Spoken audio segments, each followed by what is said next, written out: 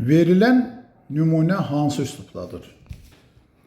Ellipsis üslubu funksiya daşıyır.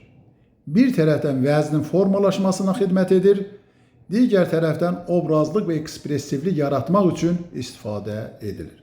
Bu ellipsisin nə olduğunu elmi şəkildə izah etdiyi üçün bu üslub ancaq elmi üsluba aid ola bilər və düzgün cavab B bəndidir.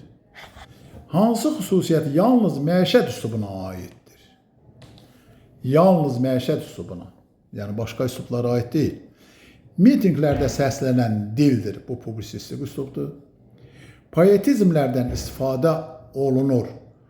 Oluna bilər, amma digər üslublarda da oluna bilər.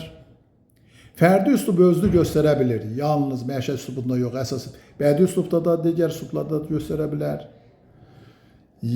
Bəzən ədəbi dilin normaları pozulur. Bu bədii üslubda da bəzən pozula bilər, məişətdə də pozula bilər, bəzən. D bəndində yazılır. Yalnız şifahi şəkildə mövcud olur. Bu yalnız şifahi şəkildə mövcud olmaq məişət üslubuna aid olan xüsusiyyət olur. Düzgün cavab D bəndidir. Verilən nümunənin hansı üslubda olduğunu müəyyən edin. Gecə ömrünü gündüzə bağışlamağa hazırlaşır.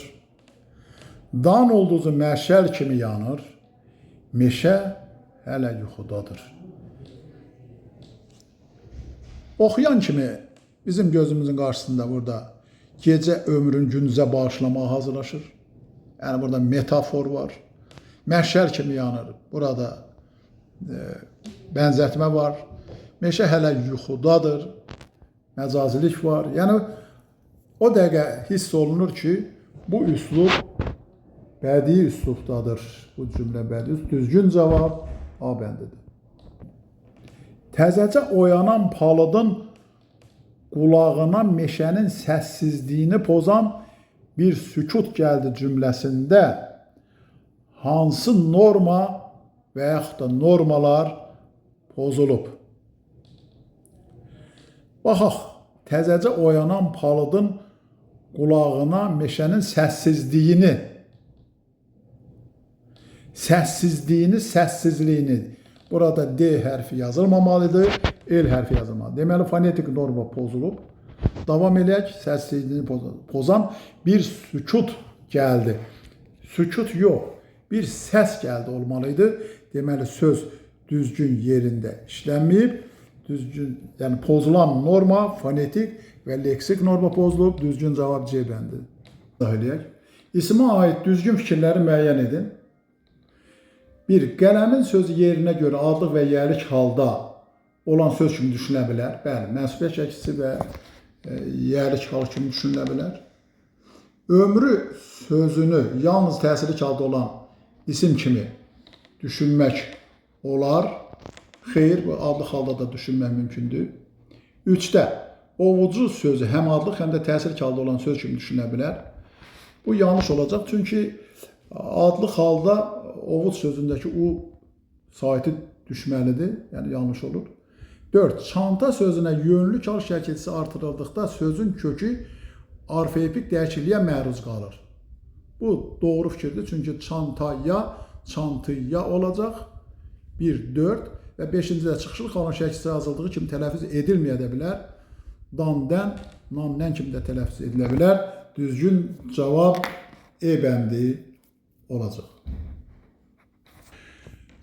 Axşam əsən dəniz mehi insan ruhuna bir sərinlik çiləyirdi cümləsində isimlərin hansı halda olduğunu müəyyən edin.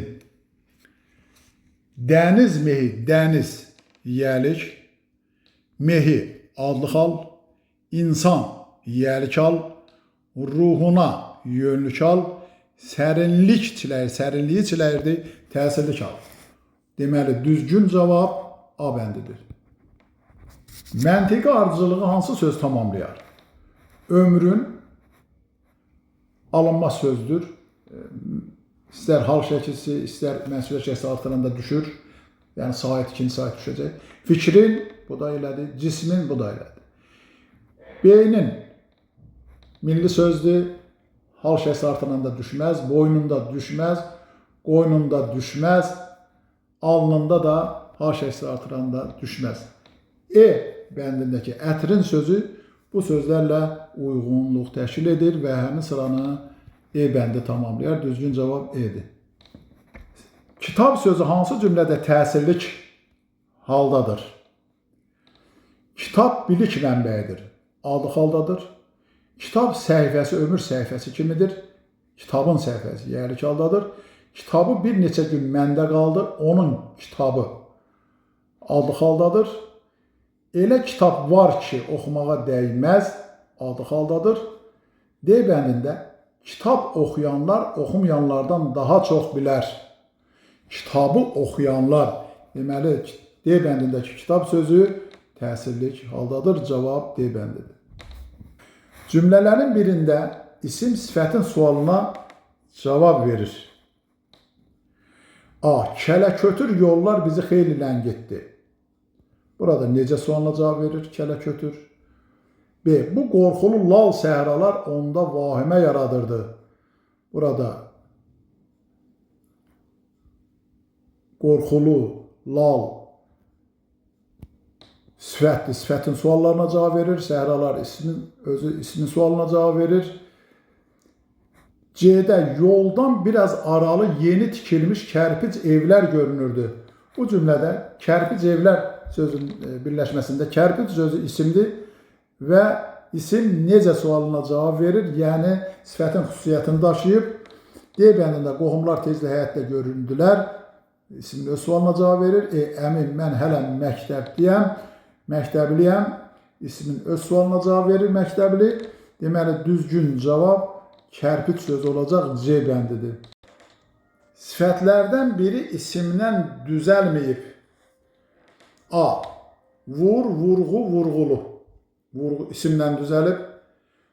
Döz, dözüm, dözümlü isimdən düzəlib. Qan, qanacaq, qanacaqlı isimdən düzəlib. Bil, bilik, bilikli isimdən düzəlib.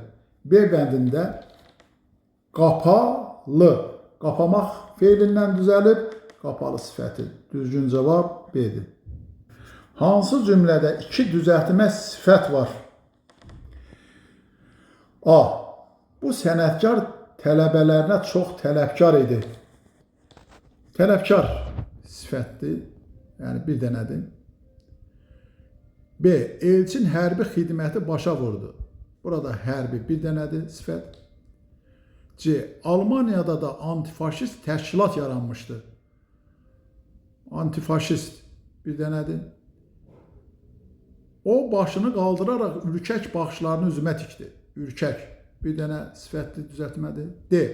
Alim elmi əsərində alınma sözlərinin təslimatını vermişdi. Elmi düzəltmə sifət, alınma sözlərdə alınma da düzəltmə sifətdir. Deməli, düzgün cavab D bəndidir. Cümlələrin birində ardıcıl olaraq sadə, düzəltmə və mürəkkəb sifətlər işlənir. A. Köhnə evdəki açıq qapı onun diqqətini cəlb etdi. Köhnə sadə evdəki düzəltmə, açıq da düzəltmə. Mürəkkəb sifət yoxdur. B. O alıcı quş kimi düşmənin üzərinə çıxırdı. Alıcı burada düzəltmədir. Başqası yoxdur. C. Təzə dərilmiş dadlı-dadlı meyvələr süfrəni bəzəmişdi. Təzə dərilmiş feili sifətdir. Təzə. Burada zərf kimi çıxış edib, dadlı-dadlı mürəkkəb. Deməli, bu da cavab olmur. D. İgid əskərlərimiz azğın düşməni torpaqlarımızdan qovdular. İgid sadə sifət, azğın düzəltmə sifət, mürəkkəbi yoxdur. E. Kiçik qardaşım hərbi xidmətə gedəndə anam dadlı-dadlı yeməklər bişirdi cümləsində. Kiçik sadə sifət, hərbi düzəltmə sifət, dadlı-dadlı yeməklərdəki dadlı-dadlı isə mürəkkəb sifət olur. Deməli, düzgün cavab E bəndidir. Hansı sırada yalnız azaltma dərəcəsində olan sifətlər verilmişdir? A.